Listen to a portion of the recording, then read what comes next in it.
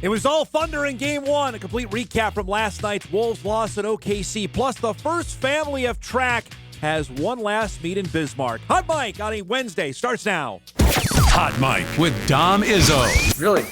Really, Dom? No. I like what Dom's doing. Okay. Dom Izzo. Jeez, come on, Dom. What do you think I am, a magician? Yeah, I'm fired up, Dom. What else could I say? Absolutely. It was great to get on the field, and then Dom came up to me, and I'm trying to walk away from me. I just wanted to enjoy myself out there. Hot Mike. Great job. There's got to be some kind of intelligent question about something. Coach Dom Izzo, WDAY in Fargo, North Dakota. Can you give me a layup or something? Hot Mike. Presented by Northwestern Mutual. That program is second to none. On the networks of WDAY. You know, if it's not about sports, I find it very hard to concentrate. Here's Dom Izzo. Good Wednesday morning. Welcome to the, is that really a foul edition of Hot Mike on WDAY Extra? KSFL, good morning in Sioux Falls, KNBN in Rapid City, and Inforum.com. Happy Hump Day, everybody. May 21st, ready to rock and roll. Another gray day. It's going to clear up, though, by the time we get ready for the state track meet tomorrow. Every regional tournament that's trying to be contested in baseball and softball in the state has on a delay, knowing, well, we got a week from tomorrow that the tournaments begin for state baseball and softball. So they got time, just might be pushing right up against it. But it looks like after today, everything's going to push out, and we can actually get some outdoor sporting events accomplished here around the area. Welcome to the show, everybody, on a busy Wednesday. Lots to unpack today. We'll get to the Wolves-Thunder game in just a moment, which was a tale of two halves last night. And Oklahoma City made it known that that's why they're the number one team in the league. And the Wolves still have not played a complete basketball game yet in the postseason. Last night was their 11th game of the playoffs, and they have yet to play a complete 48 minutes. It has not existed yet. And their bench has yet to play a good game whatsoever in this postseason. I think that's readily apparent. We're also keeping our eyes what's going on in Eagan, down in the Twin Cities. The NFL owners' meetings continue today. We'll dive into the big announcement yesterday about flag football coming to the Olympic Games and the NFL players going to be allowed to participate. Today is a biggie because of how the game is actually played now. The owners are going to vote on the potential ban of pushing players behind the line of scrimmage or through the line of scrimmage. The tush push, as it's become known in Philadelphia. Actually, just now, the Eagles owner, Jeffrey Lurie, showed up with Jason Kelsey. So the Eagles are bringing some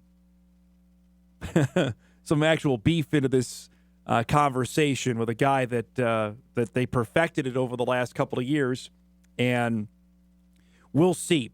We'll also dive in the proposal to get rid of division winners and just go top record. That already has been rescinded by Detroit, which we'll discuss that later on in the show. So there is some newsy things happening out of Minneapolis with the owner meetings, and we'll update you on that later on in the show. Excited about our guest lineup today. Bison men's basketball head coach Dave Richman going to join us here in studio in our second hour. Talk everything going on around the Bison men's basketball program, the additions they made.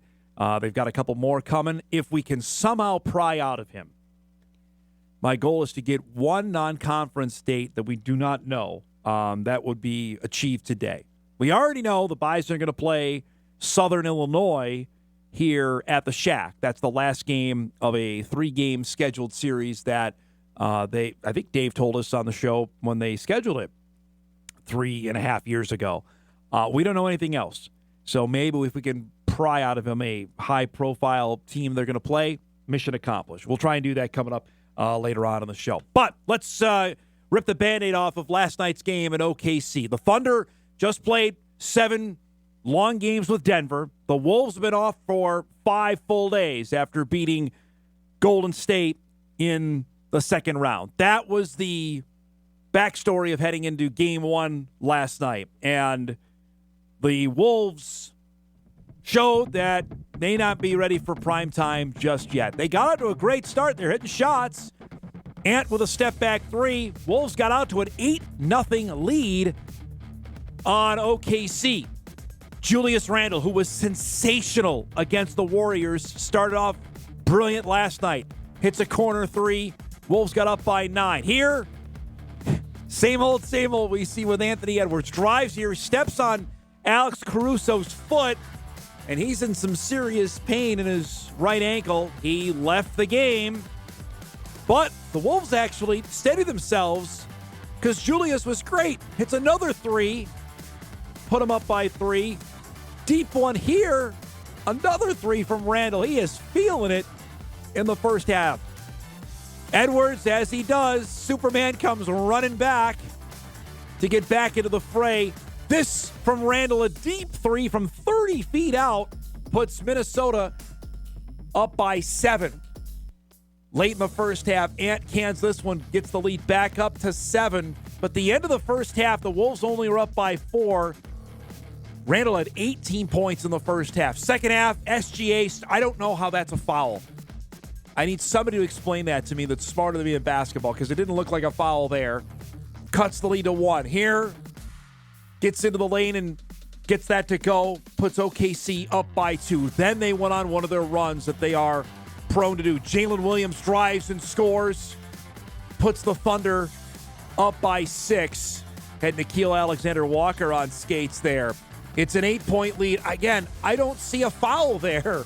SGA drives and scores.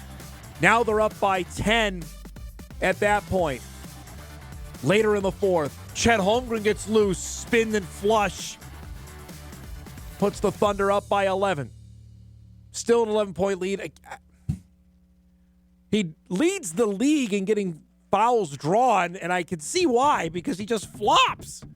I don't complain about I just don't officiating, but it was egregious last night. Lou Dort cans a 3. The route was on at that point. It's a 13-point OKC. Dante looks foolish there. Alley-oop, finish. Yeah, I got ugly at that point for a 2-hand throwdown from Williams. All Thunder, they outscored the Minnesota 70-40 in the second half. 114-88, the final score in Game 1. After the Wolves were up 48-44 at halftime, we got to see what OKC can do in the second half. SGA goes for 31. Julius Randle had 18, as I mentioned, in the first half, just 10 points in the second half.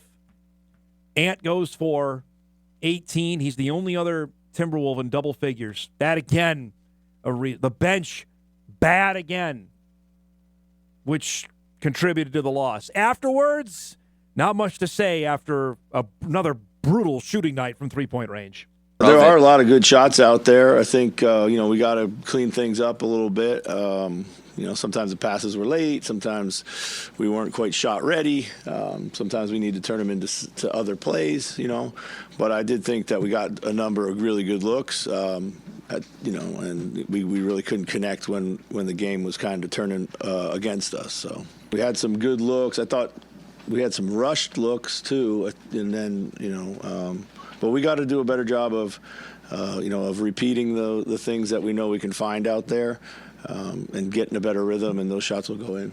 They clog the paint. That's what they do. They don't got much size down there, so they bank on us not making shots, I guess, because every time I go to the rim, it's like 4 people in the paint. So, yeah, I guess they just be clogging the paint. They put like 4 bodies in the paint, make you kick it out. It wasn't like it was a shootout in the first half, you know what I mean? So it's just, even if we're not making shots, we still got to defend at a high level. And, we gave them 32 in the third, and then the fourth, it got away from us, obviously. We gave them 38, but whether it's misses or makes, we still got to defend at a high level. And I think that was probably the difference in the second half. Obviously, we didn't shoot the ball as well as we wanted to tonight, but regardless of that, we really held them to 100 points into the end of the game. Obviously, we're they made some baskets. So we gotta defend at a little bit better. Defending is one thing. You got to make baskets as well. So game 2, again, we have one day off and we play again tomorrow night. 7:30, OKC, game 2, ESPN. Wolves now down in the series, 1-0. From the bench, Naz Reid, Dante DiVincenzo, Nickeil Alexander-Walker. Those are their 3 bench guys 6, 7, and 8.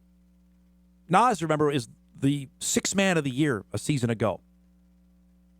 Last night from the field, they made a combined 7 baskets. What did we say yesterday? The Wolves bench is going to have to beat OKC's bench if they want to win this series. They made 7 out of 36 shots. They haven't really been good all postseason. Naw had 1 good game. Dante hasn't been able to hit water out of a boat the entire postseason. Naz Reid hasn't been good. Frankly, in the 11 games, tell me a game where Naz was phenomenal. It has not happened yet. And you look at the OKC bench, and again, Caruso had 9 points. Kenrich Williams made 2 threes last night. That's big. And SGA, the Wolves, I will say, they defended. We were talking about this upstairs before the show. Jaden McDaniels was in SGA's face to start. They had defended well on him in the first half. I don't know what happened in the second half. And you can complain, I will, about the egregious calls that he got, because some of them just were not fouls, and Minnesota's going to have to adjust for that as this series moves on. But those were, you just shake your head on it. Jace Frederick had a good stat here, our friend from the Pioneer Press, on the drawing of fouls on drives last night. The Timberwolves drew fouls on 15% of their drives last night. The Thunder, just 10%. Get to the basket. We've been saying that time and time again. And the Wolves got to make their shots. They just couldn't. What do you got then? Eric's got 2 good games for Naz Reid. So game 1 against the Lakers. Okay, everybody shot well in that game. He went 23, 5, and 2, and then game 1 against the Warriors when nobody else made a shot. Yeah, he was 19 and 5 and 42% from 3. I'll give you one of them because game 1 against the Lakers, everybody was good. That was like a historic shooting night for Minnesota. They haven't shot that well since. And granted, the Lakers didn't really play D. Not great. Opponents shooting against Oklahoma City this year as well. 33% on open threes, 37% on wide open threes, which is worst in the NBA. You got to make your shots, and Finch was talking about it. They got some good looks. Just didn't go. Some of them were rushed as well. We'll see what happens tomorrow night game. Again, you're going there to try and get 1. So not all is lost, but got to see some adjustments. We'll see what happens tomorrow night for game 2 in Oklahoma City. Also last night, the NHL Conference Finals began, and it's the same old song and dance out of the Florida Panthers, folks. The reigning Stanley Cup champs who are trying to go back to the final for the 3rd year in a row. They are looking the part. You'll remember 2 years ago, they steamrolled Carolina in a 4-game sweep to get to their first Stanley Cup final since 1996. They were also just coming off a 7-game series. They beat Toronto on Sunday night in Game 7.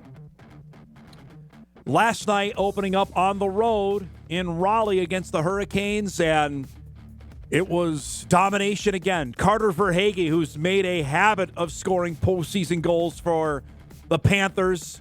That is a tremendous backhand with no room to make it a 1-0 Florida lead. They would add to it. Aaron Ekblad scores just over 4 minutes later through a screen. Again, upper 90 shot. It's 2-0. 2-1 score in the second. A.J. Greer comes in and scores on a 2-on-1. And a great pass on a one-timer. It's a 3-1 Panthers lead through 2 periods. They would add on to it. Now on the power play in the third. Sam Bennett. He's going to be a free agent this offseason. Oh, the Minnesota Wild, I go get that guy. You pay him. He's tremendous. 4-1 Florida. Then we got some fisticuffs. Brad Marchand and Shane Gostisbehere going at it. Gostisbehere shoots the puck directly at Marchand later, and they were going to throw hands after that. That was not well received. Marchand is just an agitator. He's a heck of a hockey player. Panthers go in and dominating game one, 5-2, the final last night. Sergei Bobrovsky was fantastic in net, had 31 saves for the Panthers. Carolina had not lost at home prior to last night, and Florida just knocks them around to take a 1-0 lead in that series, with game 2 coming up on Thursday night. Tell me somebody's going to beat this team. Edmonton looks good. Dallas, that series will begin tonight, but the Panthers look the part of they're going to defend their Stanley Cup. Man, that was an impressive performance last night. Real quick, Twins did not play as we thought yesterday. So here's what's going to happen schedule-wise for the Twins. They are supposed to play at noon today. They're going to resume the game that was stopped on Monday night in the 4th inning with Cleveland. Then they're going to play the game that was originally scheduled for today about a half hour after that. The game that got rained out last night will be made up as a day-night doubleheader. That'll be made up in September. If you are going to the game or were planning on going to the game last night, that's what you need to know. That game now has got moved to September. So that's the latest on the Twins front. They'll resume the game in the 4th inning, weather pending on that, and then they'll play the second game, which will feature Gavin Williams and Chris Paddock will be on the mound for that matchup whenever that comes to pass. So that'll be, if we naturally progress, let's say 3 o'clock, 3:30 probably for that second game. It'll be Gavin Williams and Chris Paddock on the mound for the Twins and Guardians to wrap up that series, and then an off day, and then the Royals come in for the weekend set. We have a packed show coming up for you here on this Wednesday. Our guest lineup brought to you by Northwestern Mutual. Drew Trafton will be along in just a few minutes. Give us the lowdown and everything going on in the NFL owners' meetings. Discuss a couple other topics with Drew coming up in just a few minutes. At 9:35, Rory Beil will join us. Fargo Davies, track and field head coach, most of the weekend for the Beil family. You saw the great story that Cullen Holt did in our sportscast on Monday night. His son competing. Of course, his son is going to go compete for the Bison next year. The Beil family is well known in this part of the world for track, and Davies certainly is known as well for what they have done over the last decade at the state track meet. We had Rory last year as he was on the bus heading to Bismarck. We got him a day earlier this year, so we'll visit with him coming up at 9:35. And as I mentioned, North Dakota State men's basketball head coach David Richman will join us at 10 o'clock to give us an update on the Bison offseason, the players that have officially been added, where they're at with the offseason roster, and looking ahead to 25-26. We'll also talk, there's a couple potential rules changes coming for men's basketball that we'll talk with Dave about. We'll have him here for about a half hour, as long as he can tolerate me. It could be 15 minutes. It could be 5. We'll find out coming up later this morning. So that's our show lineup here on a busy Wednesday. We're glad you're joining us. Hot Mic is off and rolling. We're back after this on WDAY Extra, KSFL, KMBN, and Inforum.com. The biggest Seahawks, Sounders, and Mariners fan in the FM area. It's time for Views with Drew. I got a breaking news sounder to throw here for Benell right off the hop because I just saw this come in. Email schedule update. Go ahead and throw this up, guys, on the computer screen. The 2026 Shamrock Series presented by Credit Union One. We played on Sunday, September the 6th. Notre Dame is going to Lambeau Field to play Wisconsin. Let's go! You're going to put your vacation time in now here, buddy boy? Who do we got that week? So that is a home game. The Bison have, I believe, It's a home game, I know. So if there only you go. I had my phone in front of me, that I could look up the answer. I should know this. I figured you would know it. You know everything. It's not Austin P, but they're definitely at home to open up the Bison football schedule. So there you have it. Notre Dame at East Tennessee State. So there you go. Oh, I can skip that one. I skipped it 2 years ago. Well, you can go then. No, it's a Sunday. You don't have to skip anything. You can work the game and then drive. Yeah. Plenty of time. Plenty of time to make it. What are the average tickets you think are going to be for that game? Oh, you tell me. You know better than anybody on that. I'd say at least a minimum of 100 for a nosebleed. Notre Dame and Wisconsin at Lambeau Field next year on Sunday, September the 6th. If that's Labor Day weekend, I believe it might be. I think Labor Day is later next year. So I can't imagine there will be too much interest in that one. I mean, last time that's going to be packed. It is Labor Day weekend. Okay, there you go. Last time Wisconsin played at Lambeau, there was a fight at the end of the game. What was that? I don't remember that. Wisconsin picked it off again. They were playing LSU. Wisconsin picked it off, and like an LSU offensive tackle decided to clothesline somebody. I think there's a good chance that could be the time at Lambeau where there will be the most Bears fans in attendance. Right? The Notre Dame fan? Yeah. Oh, man. All right, so there you go. I wanted to make sure we threw that out there. I got a couple things to hit you with here. Are you a big Scott Hansen guy who hosts the NFL Red Zone? Yeah, I mean he's really. I'm more fascinated with his routine just as a broadcaster with that show because of the dedication it would take and the discipline to do that job without taking the breaks and without having, it's just like, how do you do that without like human things, right? Like going to the restroom, like eating, drinking, it's like when we have to be that high energy the entire time with 7 straight hours. Yeah. He's on the air. And then how do you unwind from that? And how do you gear up for that? Like it's just so intriguing to me just from a broadcast standpoint. Front Office Sports, which is a really good sports media website, reports this morning that he's going to return to the Olympics this coming winter to the Gold Zone again. Interesting. Did you watch any of that? A little bit. Like it's here really and there. good. It was really good. I enjoyed that. It's also Michael McCarthy, whose report. He's a really good sports media follow if you like that sort of stuff. Says sources tell him his negotiations, Hansen's, with NFL Network have progressed in recent months. It's likely Hansen will return to NFL Red Zone hosting duties with a new contract under his belt, sources say.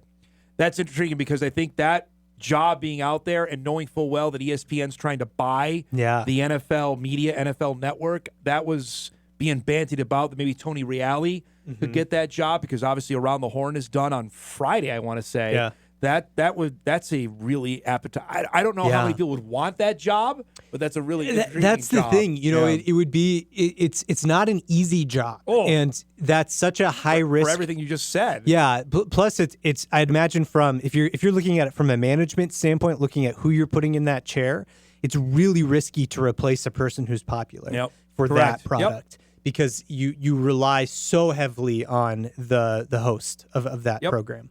All right, so NFL owners meetings are underway. Just hours Day away 2 from here. us. Yeah, in Eagan, the city that they've built for the Vikings down there. Ian Rappaport reported this when we hit the airwaves this morning, that without the necessary support, the Lions have pulled their proposal to reseed the playoffs based solely on record, not on division winners. I think, and everything, the reporting on this is that they're aiming for whatever 18 games comes about, that they're going to go and do this. Yeah, and I like the idea, too, of the proposal having, taking wild card weekend off the table. So if you do win your division, you do get to host. If we keep that one, even if you bring back the 2 seed getting a bye, you still reward the division winners, those lower record division winners, at least once where they get the home game. If they go to 18, I think they add a playoff team, too. Then you go to 8-8. I think you'd then be like the NBA and the and the NHL. They have 32 teams. That 16 of the teams make it. Yeah. I was just so intrigued by that because in my mind, it's like, well, the NFL, I think the NFL has the best playoff structure right now of any major sports league, but they never rest on their laurels. Ever. Nope. And that's what makes the NFL the NFL. I know we've talked about that a billion times. Like they're not afraid to, try something else out and to keep evolving the sport to make it a better entertainment product. I think is this a deal because it only came up last year because the Lions, Vikings, and Packers won 40 games, 3, right? And the Vikes ended up having to go on the road and lost. And had the Lions lost that game, the Lions at 15 wins are playing on the road. We talked about that as the season went along.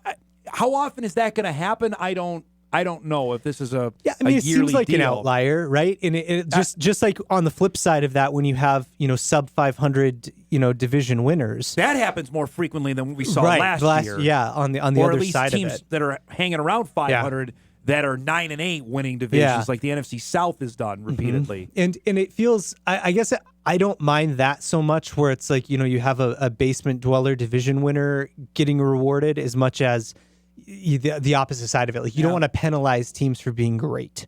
And I think that was a good way to look at it. And I agree. I think all the reporting totally suggests that this is going to be talked about once we get to that 18-game threshold. And a lot of these proposals that come up in these owners' meetings, it seems like they go through these cycles where you have 1 year where it's like, hey, let's test the waters on that. Let's see how much, soft or, solid the support is. And then we'll bring it back, revised and better than ever, and make it way harder to poke holes in it.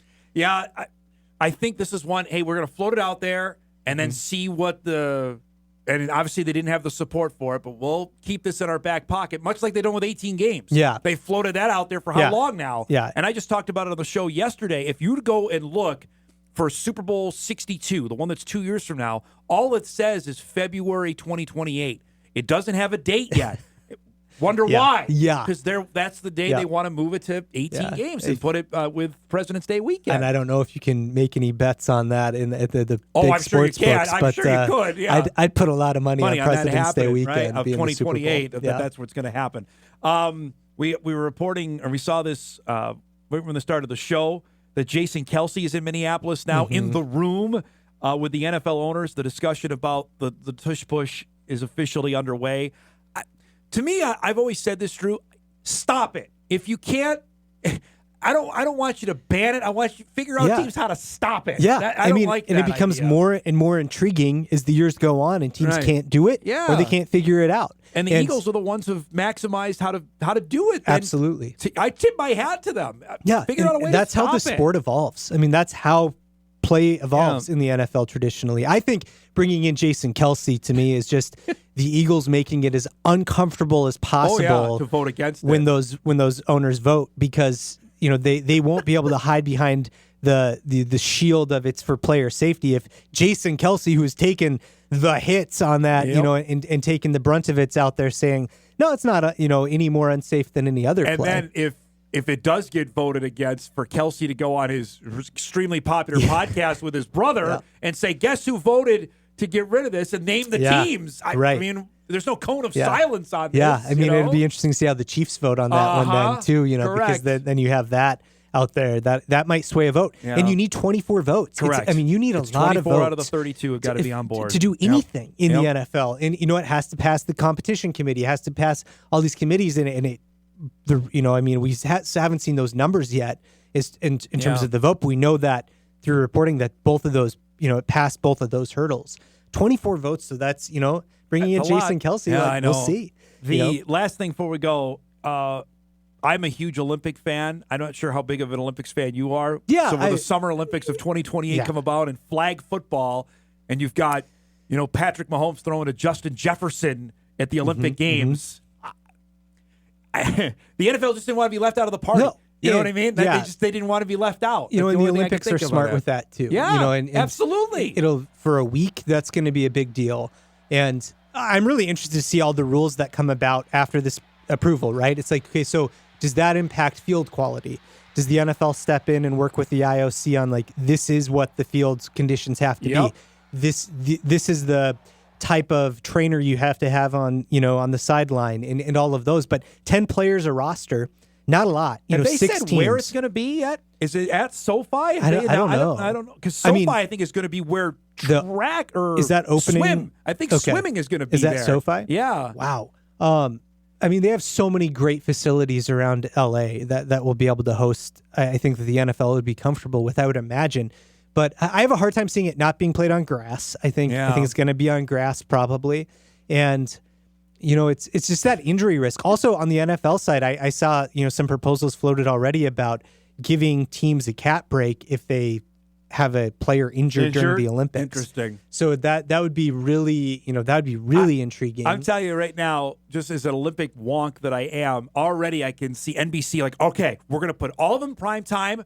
We're going to push swimming out of the way. Because normally the first week of the Olympics and the Summer Games, for people that just watched, swimming is the number one thing. And right? Then it's swimming track. goes and then track takes over week 2. And then gymnastics is also in that first week as well. So we know flag football is going to be in that first week. Okay, so what gets pushed out? Because they're going to the NFL guys are going to be in this, and it's a ratings that's going to be nuts. Yeah, how do you not show that? I think ain't going to be on USA. I'm going to tell you that right now. I think a lot of that might have to do with the other 5 teams in the tournament. Yeah, and we don't know who those teams are yet, or who those nations are. Do you go off international rankings, or do you go off of? Are there international rankings of I think football? there are. Yeah. And how do you build? Build out those rosters so you maximize the NFL talent? Because it sounds like right now you need a passport or be passport eligible to play for these other nations. Right. It's like how many guys outside of the U.S. are gonna make that? But can you imagine just the competition for that USA roster? It's going to be dream team level speculation. I think. When it comes to who gets those slots, because it's just one player per NFL team, so you can't have 2 Eagles on there or 2 Chiefs on there. Like you have to space it out. They wanted to be part of the party. Yeah, everybody they see that the Olympics are here. It's in the United States. It's in LA. We want in, and now they're in. I'm really intrigued too. It's like could you bring some arena guys in there? Is the flag football model better suited to their skill set? Do you bring in, the CFL guys, if Canada's in there, like do you get, it's really, really interesting. Great stuff as always, bud. Thanks for coming by. We'll talk next week. All right. Drew Trafton joining us each and every Wednesday. We'll break. We come back. Rory Beil will join us as we get ready for the state track meet tomorrow out in Bismarck. One last go around for his family, head coach at Davies. That's coming up when we return on a Wednesday morning.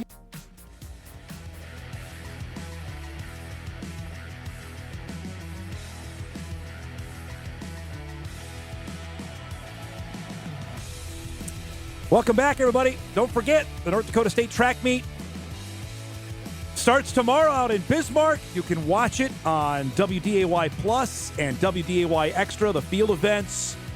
Begin tomorrow at 3:30 on WDAY Plus. Television coverage begins Friday at 1 here on Extra. Then Saturday for all the finals, 11 a.m. on WDAY Extra to get you ready for what's going to be a great 3 days out in Bismarck. Our next guest, we've made it a habit to talk to our next guest. Last year, we were bugging him on the bus on the way to Bismarck. We got him a day earlier, so he's stationary. This for a minute. This guy's actually never really stationary. Rory Beil, head coach of the Davies track and field team, joins us here on this Wednesday. It's great to see you, bud. First, shout out to the story that Cullen Holt did on Monday on your family. That was really, really neat. This has got to be surreal. This is the last go-around. It's the last go-around for all of us, so lots of emotions to go with it. Describe the opportunity to be front row, be dad, and be head coach. How's that played out over the last handful of years? I think it's played out pretty seamlessly. I'd say I certainly feel more emotion this year than I have before, and I haven't thought a lot about it being the end of our kids. There's so many interactions that you kind of get immersed in that, but I'm definitely feeling it a little bit more this year. When did your daughters decide to come on and help out as well, to be assistant coaches on the team? Well, we wrote that into the will. Both of them took a stab at some college track. It wasn't for them. And so after a year of track, they know our system, and they were good. They're now accomplished teachers. So we knew they had the skills to be good coaches. So in their sophomore years of college, I recruited both of them to join us. Recruit? Was that over the dinner table? How did that go about? Yeah, well, I don't know. It was a vacation that they either had to pay for themselves or mom and dad paid for it. Their experience, how much does that help for your current team, that they've been there, done that? How has that paid off? That is very valuable because for two reasons. They've experienced it, they can share it, but they're close enough in age with the athletes that some of them remember them. They can relate maybe a little better than this 56-year-old. And so it's been really valuable. To have your wife be there as well, just how much is home carried to the track and vice versa, track carried home? Don has a skill of shutting things off after leaving. I don't. So not very, very little of it comes home. And that's probably, she's a little wiser maybe than I am. What do you think come Saturday evening emotions will be like for the five of you?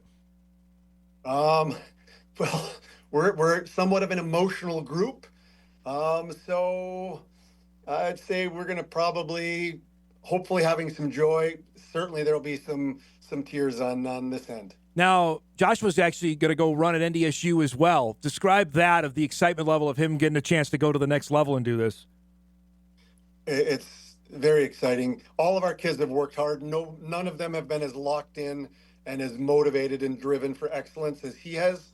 And so, Stevie Keller has done a great job. We've known him for decades.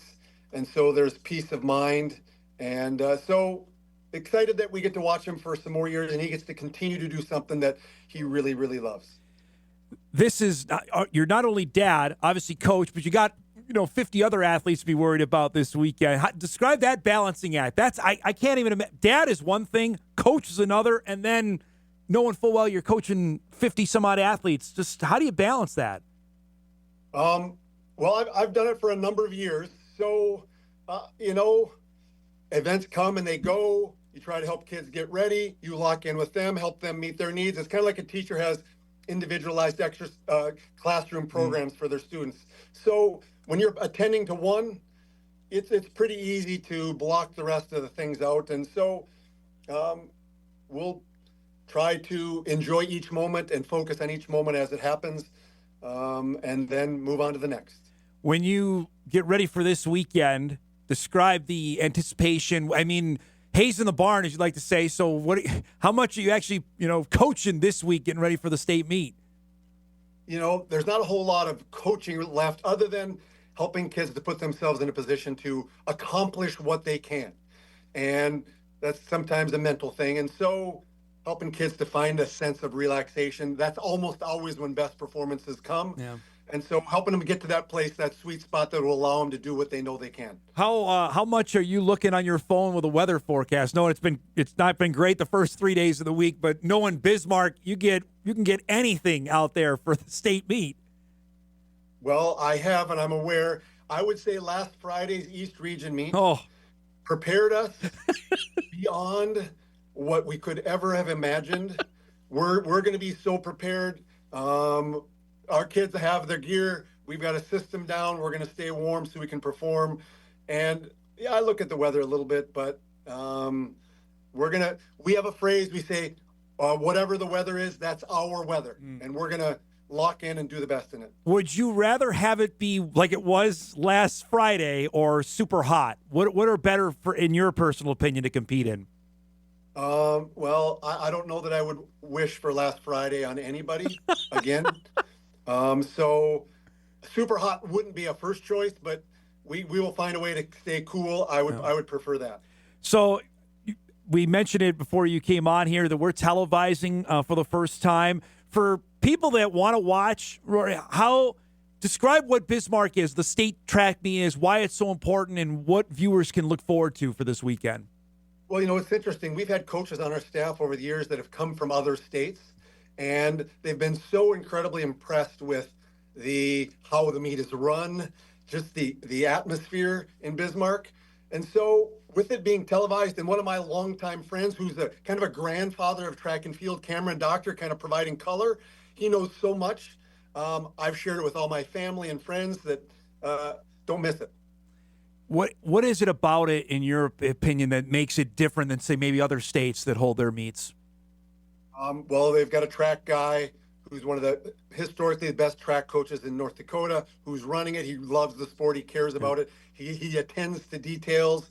The people in town love track. They've had tremendous success out there in their high schools. So track's cool in Bismarck, and you feel it when you arrive. For your team, how are things rounded into form for this week? I think it'll be a solid weekend. Our girls, Century inherited the probably the best girls distance runner in history. So they've probably jumped up to be the favorite. We'd like to fight for one of those top 2 to 3 spots. And our boys, I think if things go well, if they perform, we can be a top 5 team. The West boys are just incredibly strong. Is there an event that you're looking forward to for your team so we can really maybe excel in this particular event? Yeah, on the girls' side, we've got 3 of the top 100-meter hurdlers and 3 of the top 300-meter hurdlers. That's an event. Those are events I coach. In the 800, we've got 3 top 800 meters. So on the girls' side, those 3 events could have a big influence on how our team does. On the boys' side, we've got a strong discus thrower, Alex Meese, who if he unleashes like he's done in practice, could gobble up some points. Certainly, we've got 2 in the boys' 300-meter hurdles. Joshua will have a battle with his roommate next year at NDSU, Trey Kanoki from Fargo North, his old teammate, Bennett Lawn, who left us after his freshman year to go to Legacy. So the boys' 300-meter hurdles is going to be quite an epic showdown. Is that personal for you, knowing who's competing in that particular race? That makes it about as exciting. Those are kids that I care about, that are friends of ours. And so I think it helps elevate them all. Mm. And so, yeah, they'll probably have a little higher blood pressure during that race. I got to ask, how many steps do you get in on a state track meet day? Like, you got to be going nonstop. I think I probably average 20 to 27,000 steps in a meet day, and so we'll be close. So do you have a set schedule? Like, I want to be here, here, and here, or are you just floating around trying to get as much as you can? I don't have a set schedule. I sit down during a Class B 1,600-meter race that we don't have anybody competing in, and think about what's going to go on in the next 2 hours, and then plot out my time, and then sit down in another event that we don't have anybody in. But I don't have it right now. I gotta go. Don't hate me on this. In your past competition days, was there an event you wanted to try but never got a chance to do? Well, unfortunately, I got to try the event that I didn't want to do. I had some hamstring issues as a high school boy. And at the North Star Conference, which was the small conference in Class A back in the late 80s, my coach added me to the 800 meters late in the meet because I couldn't run the 110 hurdles. And I ran it and I qualified. And then when I was in college, Dom, at the Drake Relays, I ran at UND, and they needed a 4th leg for the 4x8 at the Drake Relays. And so they put me on the front end knowing that I had run one in high school. And to this day, I don't know if I've ever been so fatigued. I was so scared I was going to let my team down. And so the 800 was the event that I ran and suffered. What was your time you remember from that day at Drake? I ran a 1:55.3 was my split. How do you feel about it now looking back at it? Well, I certainly respect those who run the 800. I'm glad I did it. And, yeah. When you look at the field events always get my attention as well, specifically the ones that can master either doing the discus or the shot. What stands out to you about on the field side of things that really is impressive? You know, the footwork that's necessary. This day and age, almost everybody is really strong coming into it. They've done the work to get strong. It seems those programs that really excel, they know how to address the intricacies, the nuance of the event, footwork to get kids to be in the right position to unleash their best throw. And the same thing probably happens in the triple jump, kind of like those kind of sequence of events that needs to happen. It's great to see you, bud. I really appreciate you doing this. Safe travels to Bismarck tomorrow, and good luck this week. Enjoy this with the family as well, okay? Thank you, Dom. Appreciate the time. Good to see you, bud. There he goes, Rory Beil, Davies track and field coach. As we mentioned, the state meet begins tomorrow. You can watch live coverage on WDAY Plus on television beginning on Friday and on Saturday as well. We'll have you wall-to-wall. Any event you want to see, you'll be able to stream it, watch it on television over the next handful of days. We'll break. We'll come back. We'll wrap up our first hour. North Dakota State men's basketball coach David Richman coming up in hour 2. Looking forward to that. Back here on Hot Mic right after this.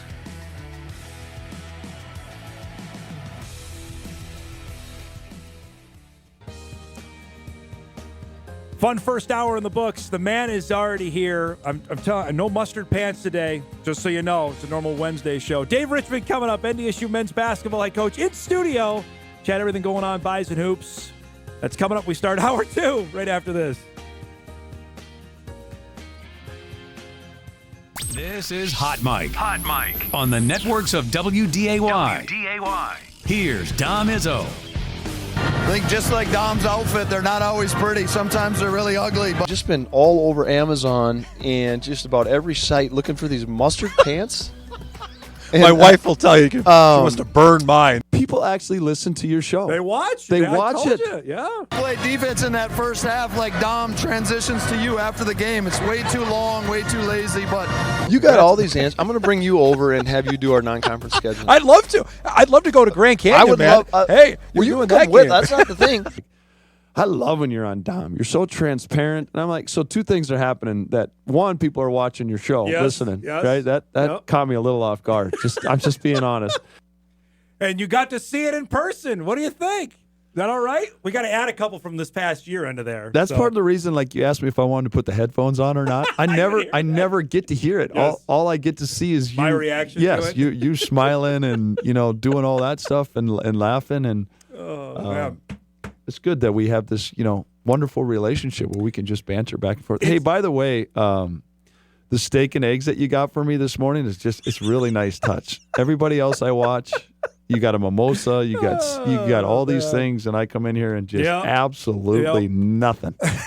Thank you. It's great to see you. It's good to be seen. It's How good you to see been? you. I've been really good. Dave Richman joining us here in studio. We got him for a bit, chat about what's going on with well, we could talk about your team. Did you watch the ball game last night, Wolves-Thunder game? I did. Yeah. We watched I'm not a huge NBA guy, Yeah, I know. and I think you and I have talked about that, but whether there's not a whole bunch on TV or I don't mind the playoffs, Yeah. and so I watched 3 quarters last night, and then my age, I just start to do the head nodding thing a little bit, and went to bed and kind of ended like I expected. I'm not going to get you in trouble with officiating, but I don't like the flopping that happens in the NBA, man. It just drives me crazy. Oh, crazy. It's not just, and I think the NBA, I'll say this, I think the NBA needs to be careful too. I think there is, you're not the only one seeing this and all the antics and a lot of those things. But the one when SGA just flopped and there wasn't any contact or anything like that. And come on. Yeah, let's play basketball. Yep. Well, I know you've been a busy man. I appreciate you coming by because I get emails or tweets all the time. Hey, what's going on with the Bison men? Where are things at? And I will go back to a conversation you and I had about 3.5 years ago when the first real transfer portal wave happened. Like, oh, well, it must be up with coaching. Something's up with Dave. Like, why are these guys leaving? Well, here we are 3.5 years later, and literally every program has had numerous players leave. It's the way we're at. But it's still hard, I think, Dave, for a lot of people, maybe older fans, to adjust that you lost 10 guys off your roster and only half of them were graduating. That's a lot. No, it is. And this is why these avenues and options for me to get behind a microphone and I'm not a huge social media guy or whatever, but to tell the story, to tell the reality. And let me just talk about a whole bunch of things. Let me just state if we went from 0 to 60, okay? And the problem is we needed to get off 0, and we needed to work towards 60. But what happened is we missed 10, 20, 30, 40 and we just went from here to there. Yep. And again, here's my transparency. I hate this for Tim Polasek. I hate this for Bison football. I don't like this for our game a lot of ways. But the reality is when it hit Bison football a little bit, this spring with a couple guys, I think it was a big wake-up call. Listen, this is a football school. I get that, and I'm not going to hide behind that. And I'm Bison football's biggest fans, and that's the thing. But because of the history and tradition, when it happened there, it's like, oh, okay. And let me just state, nothing's wrong with Tim Polasek and Bison football. They just won a national championship. Let me just tell you, Jordy Collins is absolutely crushing it. But when L. Evans left, it wasn't, right? I think the phrase that I've used a million times, Dom, is don't hate the player, hate the game. And that's the reality of it. And part of the opportunity that I wanted to jump on is in Fargo in particular, we live in a blue-collar community. We live in a community that has stuck their fingernails in the dirt and worked for what they've got and paid for a lot of things and bought their time. And that's what I absolutely love about our community. But the reality is with NIL out there right now is that's just not the way it is. It's not. And so any opportunity administratively, us coaches, that we can have some things to get it out. And if you choose not to, hey, those are your choices. But I got to tell you about a conversation, that we had in with our collective where you get a guy that is just, I don't know what I can say on the air, bitching, moaning, complaining about NIL, bitching, moaning, complaining about the transfer portal, but then donate some money. And right. You know what? At the end of the day, that's fair. Yep. Right? And at the end of the day, if you are completely on the one side of the line or one side of the fence and you don't like this and you're not going to support it, hey, respect that. Those are your choices, and we need support in a lot of other ways. But if you're on the fence and you want to listen or you're all in, this is the reality of the landscape of where we're at right now. And there's never been a greater time when you can really impact the program. And I get the things where I should be fired. I get the things where buys about all these things. Well, you can help me. You can help us. If you want to do those things. So 2 things on that. I would tell you, for the people that don't like it but don't want to get any money, then you got to be quiet. That's my opinion. You got nothing to complain about. I disagree a little bit about it. Like, that's America, right? It's a democracy, right? We can do those things. And you know what? I have some wonderful friends and wonderful people that want nothing to do with supporting us in that way, but are tremendous supporters in other ways, Dom, right? And so I appreciate that. Fair. I do appreciate that, right? But at the same time, those that are on the other side or are on the line on the fence, and we can maybe they want to do a little bit of both or whatever. And I think the big thing is there's some individuals out there that have been extremely helpful. But the bottom line for us to continue to really move the needle, it's corporations, it's businesses, that we want to get. And, I've also heard this, and I want to touch on this, is it's harder for me to get behind the team based on, I can't watch Ben Woodside or Brett Winkleman come up through the program. And I respect that. Yep. But the bottom line is players have always changed. And Bison football, Bison basketball through the last 15 years, this Division I transition, what Jory's done, it's been successful. And it hasn't just been about one individual. It hasn't just been about one coach. It's been about 4 letters on the front of the jersey. And I think that's the message is we want you to get behind and excited about Bison basketball. I got no promises. You want to give us $1 to keep with this kid? Okay, great. But I can't promise you he's going to be back next year. That's the reality. And it's not the program's fault. It's not Dave Richman's fault. Maybe it is in a couple of times. I'll own some things. But, we talked about it. There's 10 guys that left our program or whatever the number was. In my mind, I can justify every single one of them. Either it was my decision based on, I didn't have their happiness in playing time, or the amount of money, that they're going to go and make. Now, I was, and I'm going to talk transparency. I was really, really, really disappointed in a selfish timing by one of them to come in on the very last day and do all those things. But I know what he made too. And so from that standpoint, good for him. Right. You tip your hat on that. Correct. Maybe not necessarily the day or the timing of when and I it told happened. him that. Yeah. I told him that. Yeah. And I love him. I support him. But I said, you made a big boy decision at a big boy time, so you're going to hear from me that I think this is a selfish timing of this decision. Yeah. Now, at the end of the day, was it the right decision for him? 100%. Yeah. The one other thing you said, about hit home for people with football, and I said it on the show, and I'm not saying this because you're here. Well, Dave's been doing this for 3 years. Yeah. And this has been reality for what you've had for the last 3 seasons. And that's again, Dom, I really appreciate that because I'm very convicted. My faith is teaching me. I'm very convicted in who I am. I'm very secure in who I am, and so love you. But what you say about me or what some other people, it doesn't bother me because I know what's going on inside of it. But you're absolutely right. You hear those things get back to you.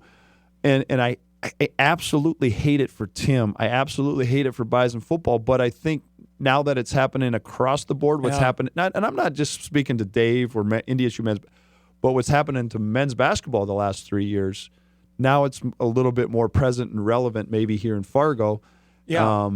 And that's just the bottom line. The question I get often on this show or about, like, well, are the numbers real? The numbers that are getting offered. Can you comment on that about what players are getting offered right now? Yeah, no, that's fair. Are the numbers real? Do they actually get paid at that? I know, like you and I were just talking off air. There's a lot of discussions now with agents, and agents are agents, right? They're shakes, they're snarks, they're sharks. They're going to play the game a little bit, and so I don't know. I don't know for fact, right? Because there's no contract with this stuff. There's some. There's with contracts with the agent and the player, but not with the school. That's not out there yet, or is it? No, that's out there. Now? But now I also don't know how binding I guess any that's, of those things. I shouldn't say that. They're probably binding for the player to get paid. I don't know what the repercussions are. For the school, yes, yeah. So, and you have seen instances like that where someone signs this spring and you hear it done, and all of a sudden now they're at a different place. Yeah, right. There's one of those local. Yep. Yeah.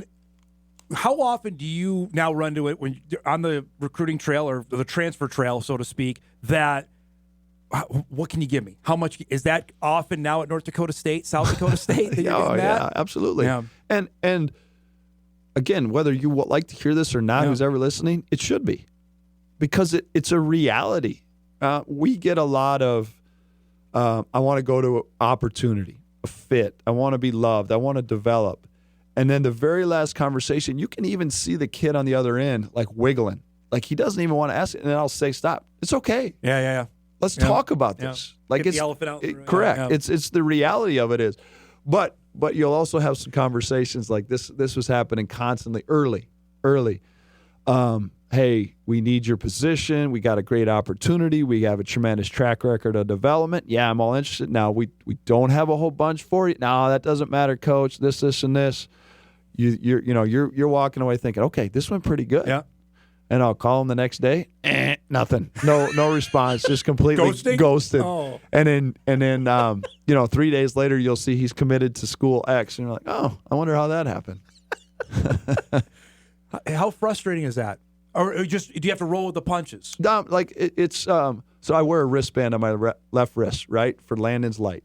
Okay, that is stress. That is not frustration. That is that's life or death. Like I've made the conscious decision that I can control my attitude. Everybody's got a tough job, and if the worst thing that happens to me today is one of those conversations, is a pretty damn good day in all the grand. So. If you want my honest answer, and we could go back to 5 years with some of the things that are happening, 100% absolutely. But we're not. Hey, here's the reality. Yeah. We're not. And I love what I do. I've made a conscious decision to serve and impact and develop young men for as long as they're in our program. And I'm going to choose to have an attitude of, hey, this is what it is, and let's figure it out and embrace it. Like I cannot say enough about our staff right now. Luke Strage, it's almost get emotional. Luke Strage, Spencer Wilker, Josh Jones, Cameron Greer, what they're the real boots on the ground right now. And I can only imagine the amount of calls and vetting that they've done, because we and it's been a good system, but we make we funnel it, okay? Spence, Jones, Strage, they all dump it into a funnel, a name. After they vetted, and then they go through it, and then it gets to Strachey, and then they've all kind of here, and then it gets dumped to you, to me. Okay. But the time and the calls and all, because they know I've set the culture.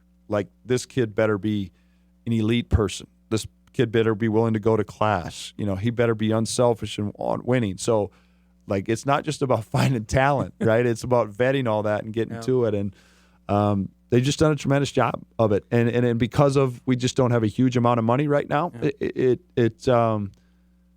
it's challenging, and it's just going to take a little longer, but we're going to get it right. One last question before we go to break, and this is big picture. I know you don't have the answer, but I'm going to ask you anyway. how broke is college basketball right now in terms of because there's commissions out there. The president's trying to get involved. I think that's more football related, but they're saying it's all college sports. How broke is your game right now? It's broke. It's broke. Yeah. It's broke because I don't feel like we have a leadership with a vision to get this in line, to get this with some guardrails, right? That's the problem right now. Did like I said earlier in the show, do we need to get off of 0 and work towards 60? 100% we did. Absolutely. Yep. Make no mistake about it. But we are the wild, wild west right now. I always figure out like Monday morning, all right, what new rule just happened? Or what who's getting lawsuited this way or that. And so I think there's some blame from an NCAA standpoint that they let it get this far. I do think now we're to a point where we need help all the way up to the president and Congress to get some antitrust stuff in here. It's broke. Like I was at the Division I head coaches meeting, and there's frustration. I bet there's challenges, and but I say all those things, and I'm an idiot. I went to work today, and I love it. Right, like it's a dead period. My kids are, and I'm sitting at home, like got my workout in this morning, and then I'm like, all right. Now, let's go to work, and it's just so you make choices. We all have choices. Let's break. We come back. Can we actually talk about on the court stuff? That's Is that great. Cool? We'll do That'd be that? interesting. All right. We'll talk about the guys that are back and the guys that are coming in to the Bison men's basketball program. Much more with Dave Richman joining us in studio on a Wednesday morning. We're back after this.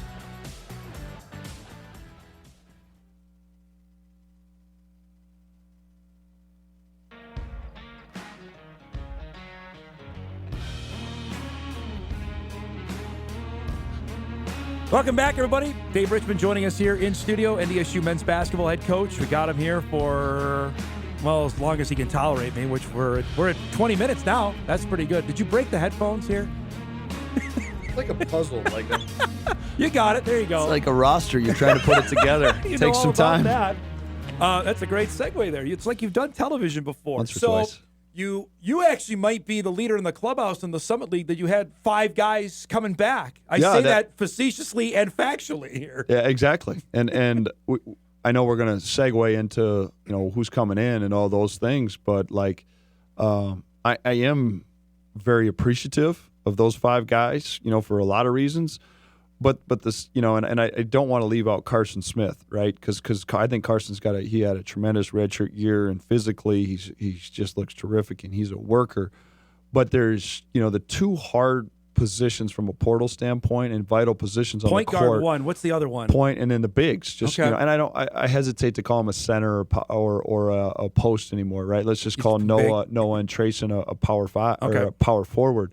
But Damari was a 2-year starter. Andy started the last. Really? There's great competition in that room. I think there's terrific players and character in that room. And there's also, I think, some with the way Damari defends, there's some abilities for us to possibly play them together. Noah and Trayson provide size, experience in our program. They provide character. Noah didn't I'll be transparent. Noah didn't have a great year. No. Noah needs to take a step forward, and I think that's a big part of why he came back. He realizes those things. He needs to get uncomfortable in his work habits, but his size, character, leadership, that versatility to play some, 4-5, whatever. And then I think Trayson Anderson's got a chance to be a monster. He had a terrific spring. I anticipate him. It's going to be 8 to 12 games out of the gates. It's just always different, when the reality of the lights coming on. And this is a swear word, but he's got a lot of potential. And I say that but he also has a character and understanding to know that potential's got to flip into, being substantial too. So, those 5 guys, listen, that's what I'm all about. It's awkward. It is different. It's only 5. You go from 15 to 5, boom.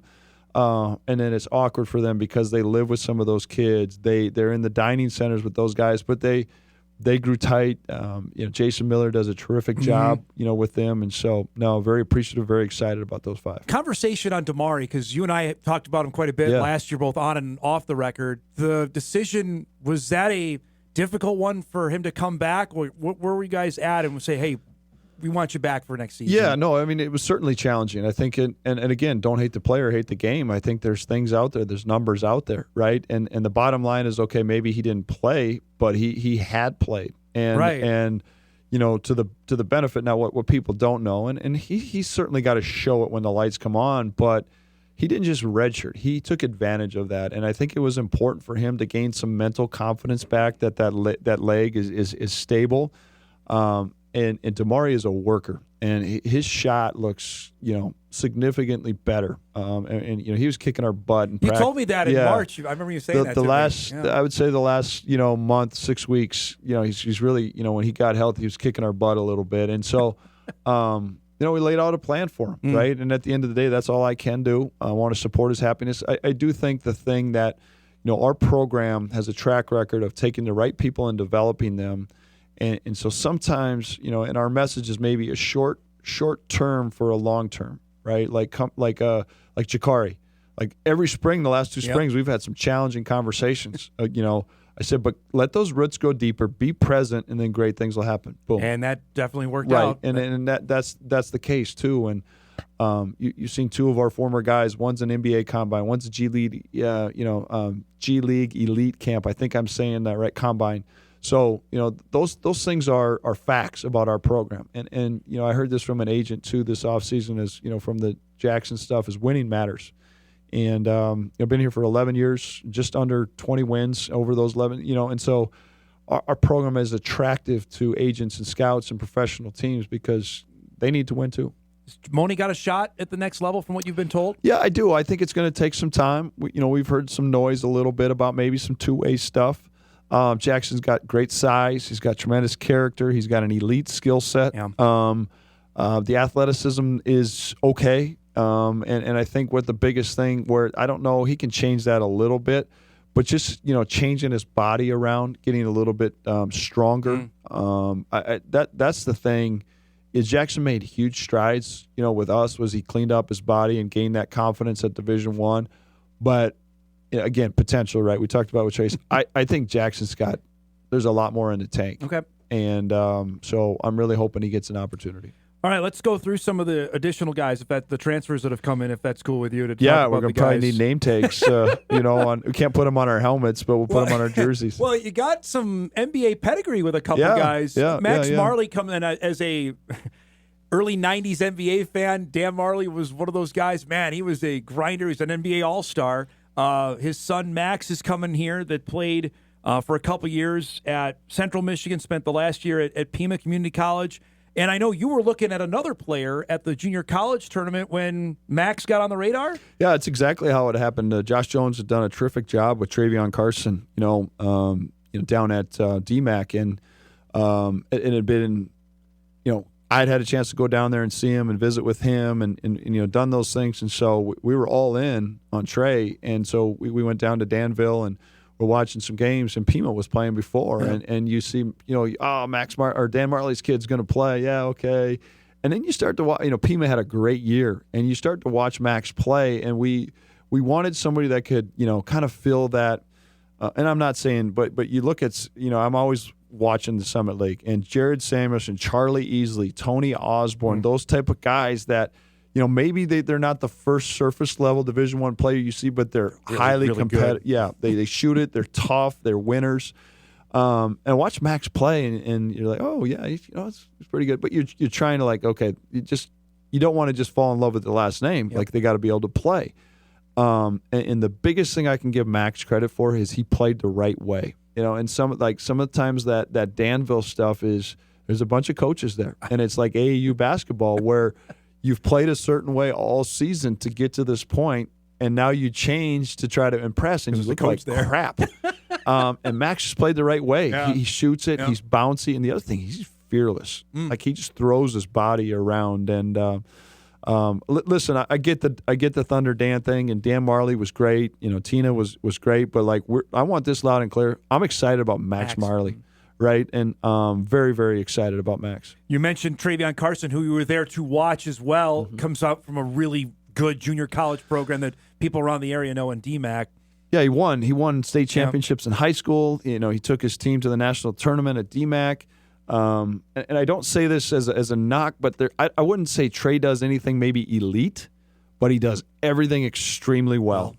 He passes it, he shoots it, he defends, he can rebound a little bit. That was one thing, like, we were elite offensively this year, but very disappointed.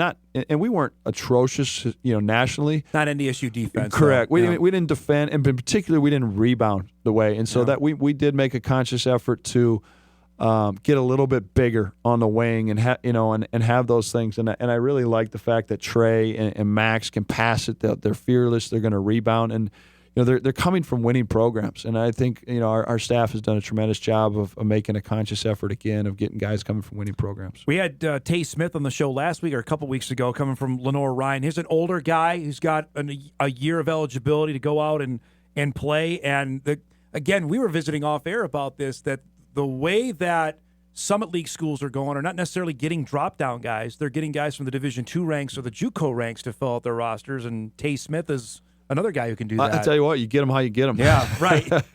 Doesn't matter, right? Yeah. Right, if they're creating a league and they're available, hey, we're going to take a look. But Tay Smith happened really quick. It happened really, really quick. Yeah. But that being said, when that young man, and you know me a little bit, like let me step back and do a better job of this. Take and play.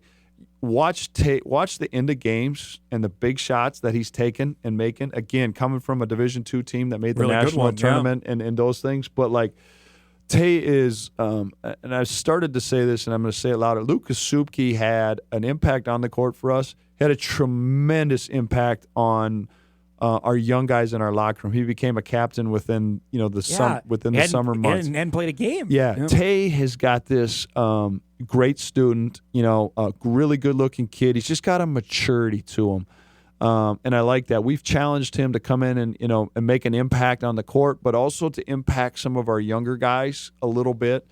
I watched his clips with you the other day, and he exudes that little mature confidence, if that makes sense. And again, excited just to get him here and truly see what's under the hood. You just admit you watch the show when you're not on it? Did you say that? No. I watch clips of the show.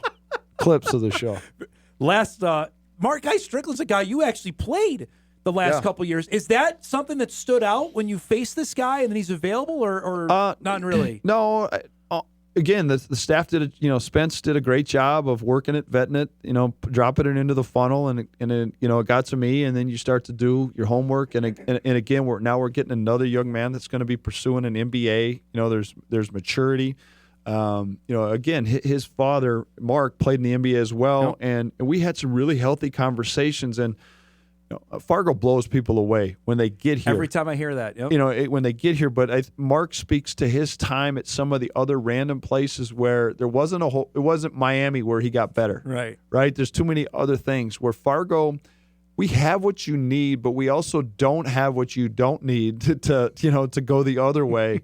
And Mark High is good. And he's a great athlete. He needs to develop some shot stuff.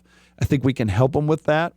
He knows that. We know that. But what he brings, athleticism, what he brings, maturity, what he brings from a lot of the other things, finishing, rebounding, really excited about that.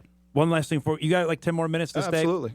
Before we go to break. So that, if my math, I always need to get double checked. That brings you up to 12, I believe. So how many more guys? We have the two high school kids, right? Riley Massey and Dom Clay. Riley had another terrific year.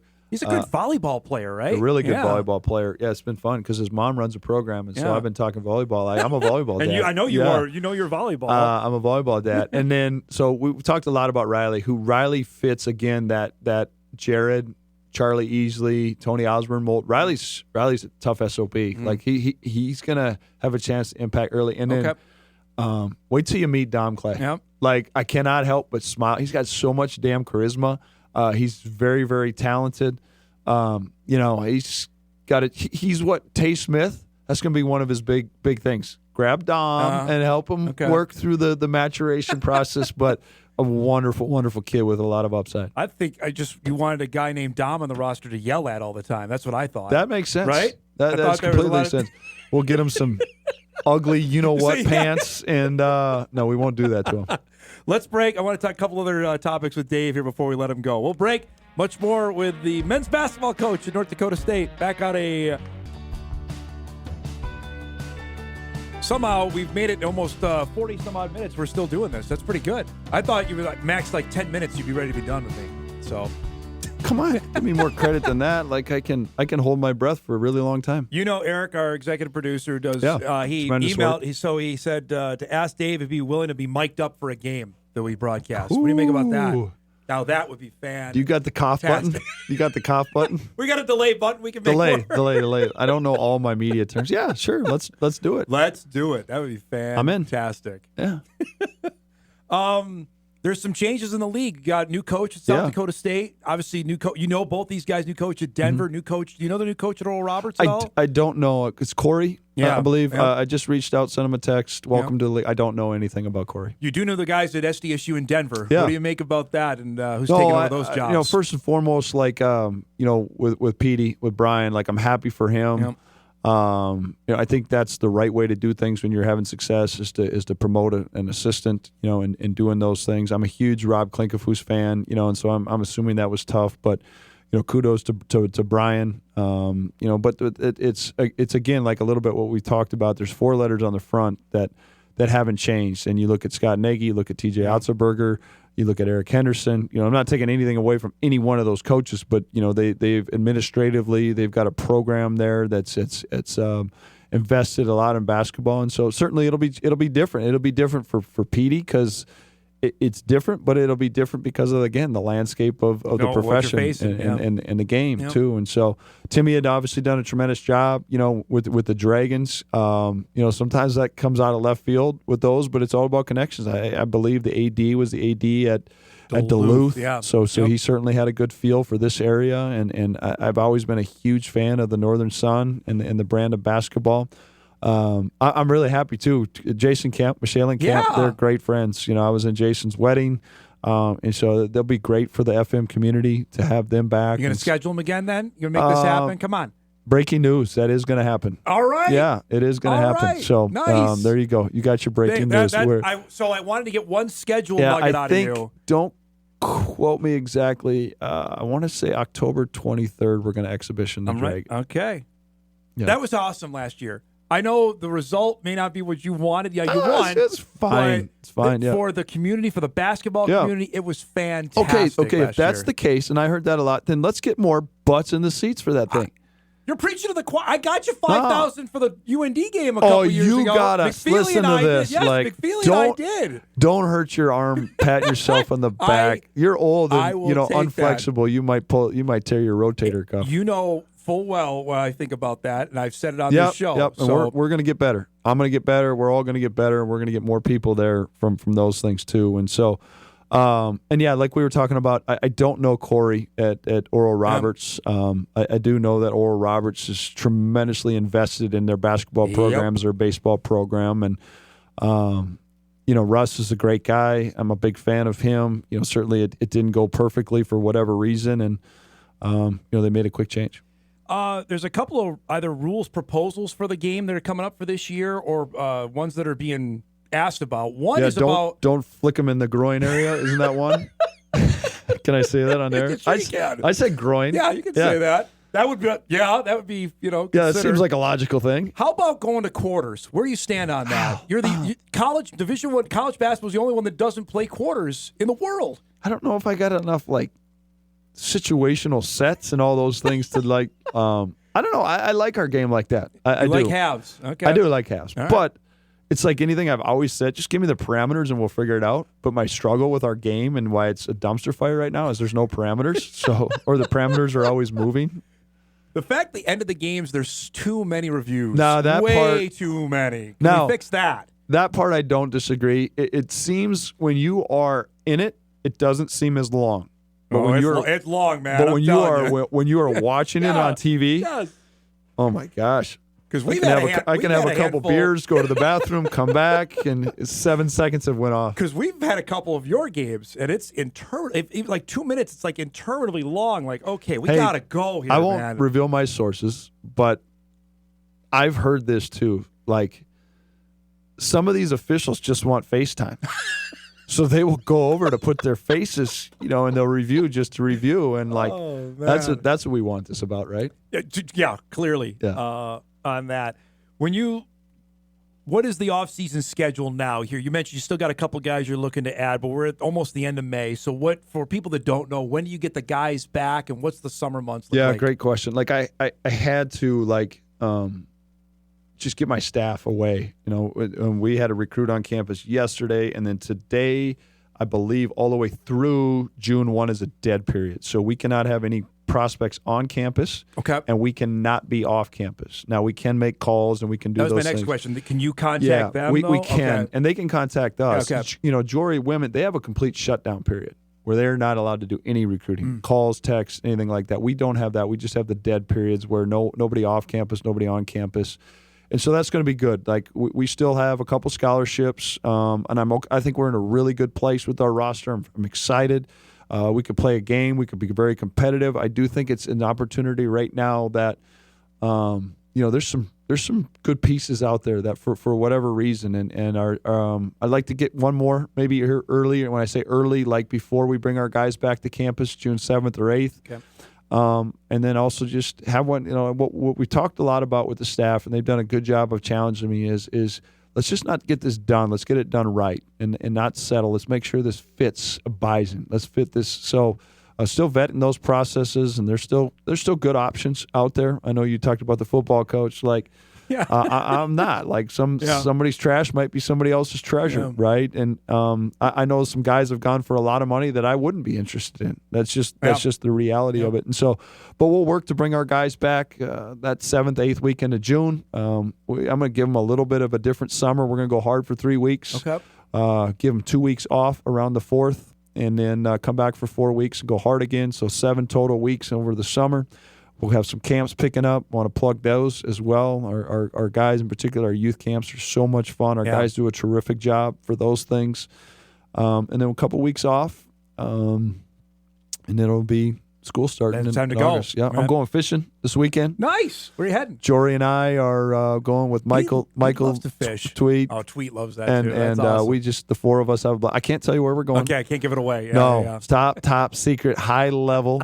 But I shouldn't have said that. We don't go fishing. We go catching. Like my ADD. I can't just sit in the boat and just I can't imagine you being still for anything. So here's what happens. Jory's pretty good. I hate saying that out loud, but Jory's a pretty good fisherman. We've heard that. Michael is better than I am, but Jerry knows what he's doing, and he can and we catch fish. But that's what it's like. It's like take a kid fishing, and I'm the kid. Hey, the one time I got to tell a quick story.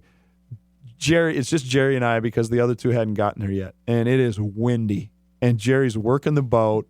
He and I'm got a fish, right? And he's netting that thing, and all I'm doing is reeling, just sitting in the chair.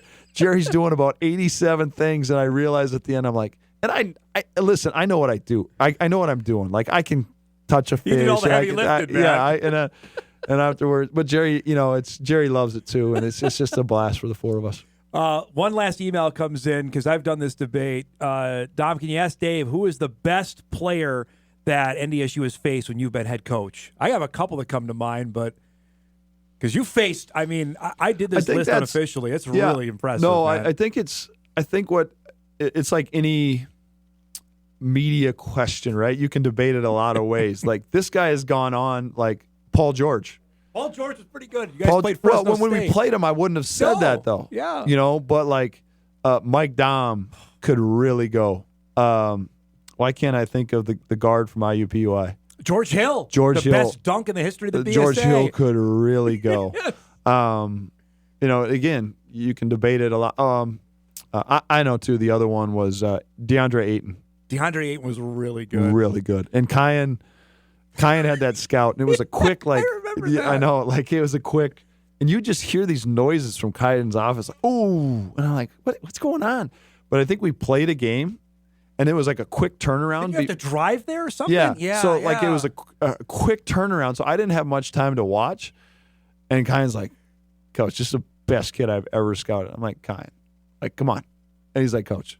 And then he did a couple of things, and I'm like, yeah, he's pretty good. I think I looked back and. Zion's on there, right? Zion was on there when he. John Conchar is really good. John Conchar is very underappreciated. Oh, If he was underappreciated in the Summit League. That's what I'm saying. Like John Conchar, and it's proven, is a better. He had more upside than Dom. Dom was way more productive, but you're seeing that with Conchar, like how long he stayed in the league. He's got a multi-million-dollar deal now in the NBA. This was awesome, man. I really appreciate it. you No, coming this is by great. and Like doing this. We do appreciate you Thanks, man. and the relationship, the partnership, and I do, Dom. Like, I'm going to finish where I started. Like these platforms and opportunities for us to explain the narrative of what's going on in our profession, and some good, some bad, some needed. A lot of things some people don't understand. A lot of people things don't like. I understand. I respect that. Everybody's value, but this is the bottom line. Like the game has changed. And don't, like, is there frustration with some of the guys and their decisions? Like, again, be careful. Don't hate the player, hate the game. And, it's just part of it right now. Great to see you, bud. Have a great summer. We'll do this again as we get closer to the start of the season. Let's all right? do it. Appreciate you guys. Jay Richman, NDSU men's basketball head coach, joining us here in studio. We'll take our final break. We come back. We'll wrap things up on a Wednesday. Back after this.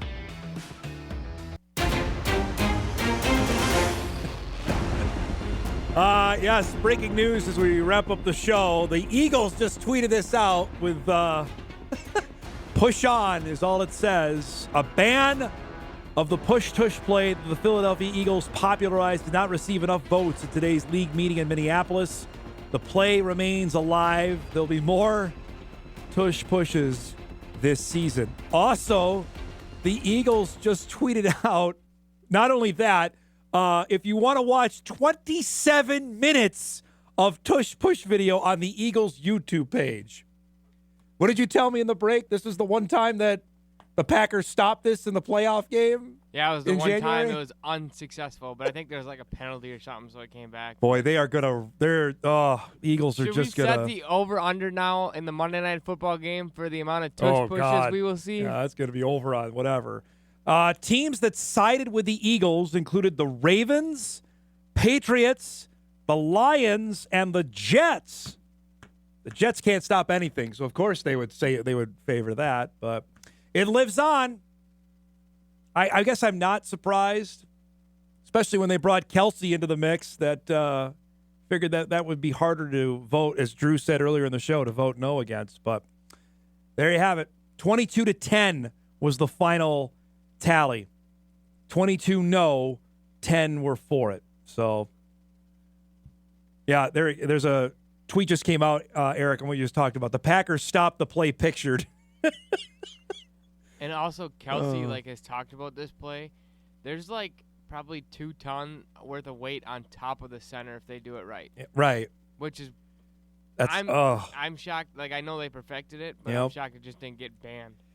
Nobody else has been able to perfect it. Nobody else has been able to run it really effectively in the 2 to 3 years that Philadelphia has done this. But you're also seeing unique plays out of it. Tight ends are coming in to do it instead of your quarterback, so you're not risking your $250 million quarterback to get hurt. Mike Vrabel, the Patriots coach, said this at the NFL meeting in March. What I think we should not do and be careful of is there's a lot of different plays that you have to defend that the offense does well. And that particular play, you have to defend it.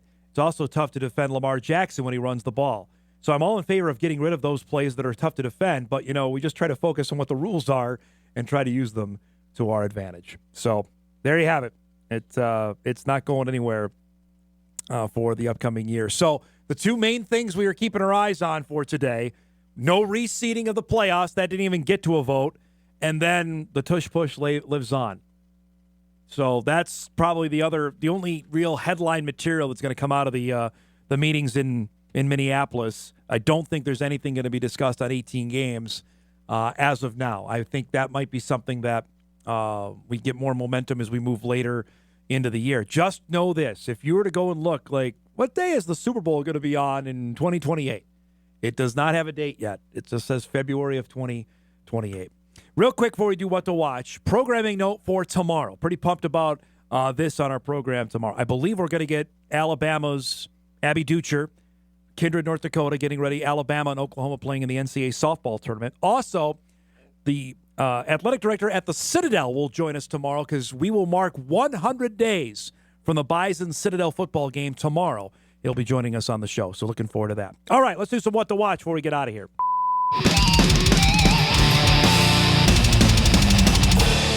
If the weather holds, we're going to have some Twins baseball today. 2 games, Guardians and Twins, coming up at noon on Twins.tv.